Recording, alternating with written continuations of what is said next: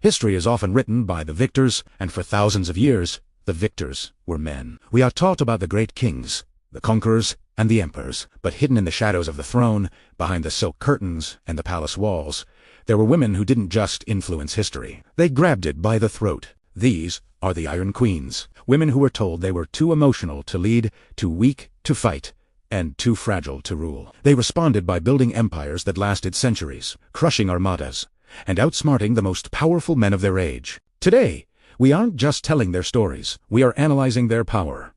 How did they do it? And why does history still try to forget them? Our journey begins in 1478 BC Egypt.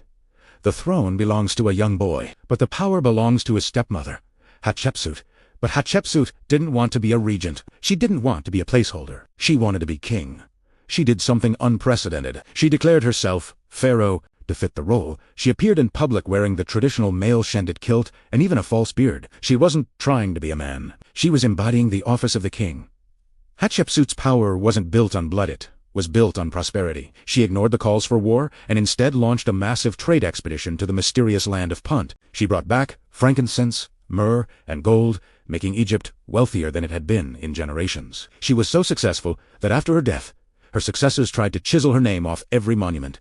They tried to erase her from time itself, but you cannot erase a legacy built in stone. While Egypt had its lioness, China had its dragon. Meet Wu Zetian. She is the only woman in 3,000 years of Chinese history to wear the imperial yellow and rule as emperor. In her own name, her ascent was a masterpiece of political horror and brilliance. She started as a 14-year-old concubine and rose through the ranks of the court by outmaneuvering every rival. To her enemies, she was a demon who used secret police to disappear anyone who stood in her way.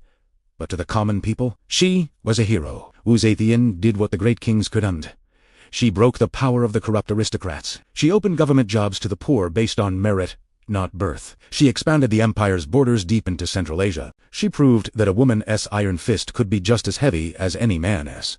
She ruled for half a century, and by the time she was done, China had entered its golden age. But as we move from the east to the west, the game of power changes. In the Mediterranean, a queen didn't need a secret police, she needed a brilliant mind and a silver tongue. We meet the woman who outplayed the Roman Empire, Cleopatra. Forget the Hollywood version of Cleopatra. The real woman wasn't just a seductress, she was a polyglot, a naval commander, and the only member of her Greek dynasty to actually bother learning the Egyptian language. She didn't lead with her beauty, she led with her brain. Cleopatra inherited a kingdom on the verge of bankruptcy and Roman annexation. Her strategy, total geopolitical manipulation. She didn't fall in love with Julius Caesar or Mark Antony by accident. She aligned herself with the most powerful men in the world to ensure Egypt remained an independent superpower. She was a master of the spectacle, whether arriving on a golden barge or being smuggled into a palace inside a rug. Every move was designed to project one thing: divine authority. Even in her defeat, she took her own life to deny the Romans the satisfaction of parading her through the streets in chains. She chose her ending, and in doing so, she became immortal. 600 years later, in the heart of Constantinople, we find Theodora. Her story is the ultimate rags to riches tale. She started as an actress and a street performer, jobs that, at the time, were considered the lowest social class in the Byzantine Empire. Yet, she captured the heart of Emperor Justinian and became his equal. The defining moment of her reign was the Nika riots. Half the city was in flames.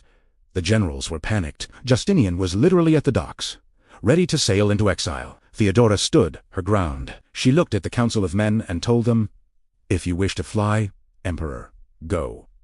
But as for me, I stay." I believe that royalty is a fine burial shroud. Her courage shamed the men into fighting back. She saved the throne, and for the rest of her life, she used that power to pass laws that protected women from trafficking and allowed them to own property. She proved that the most powerful heart in the empire beat beneath the robes of an actress. By 1588, England was a small, broke, and religiously divided island. Facing them was the Spanish Armada, the most powerful navy the world had ever seen. On the throne sat Elizabeth I, a woman who had spent her childhood in fear of the executioner's block. Elizabeth's power came from a brilliant, calculated mystery. By refusing to marry, she turned her hand into the greatest diplomatic prize in Europe, playing kings and princes against each other for decades. She called herself the Virgin Queen, turning her singleness into a cult of national identity. But when the time for talk ended, she rode out to Tilbury in a silver breastplate and told her troops, I know I have the body of a weak and feeble woman, but I have the heart and stomach of a king. The Armada was crushed. The winds of change blew in England's favor, and Elizabeth laid the foundation for a global empire that would eventually cover a quarter of the earth. She didn't just rule a nation. She defined an age. We have seen the strategists. We have seen the survivors. But now, we enter the era of the expansion. Next, we meet the woman who grew Russia into a titan, and the grandmother who watched over a global industrial revolution. The Iron Queens are only getting started. In 1762, a German princess with no Russian blood and no legitimate claim to the throne seized the largest country on earth. Her name was Catherine. We know her as the Great. She didn't inherit power. She took it from her own husband in a bloodless coup, backed by the Imperial Guard.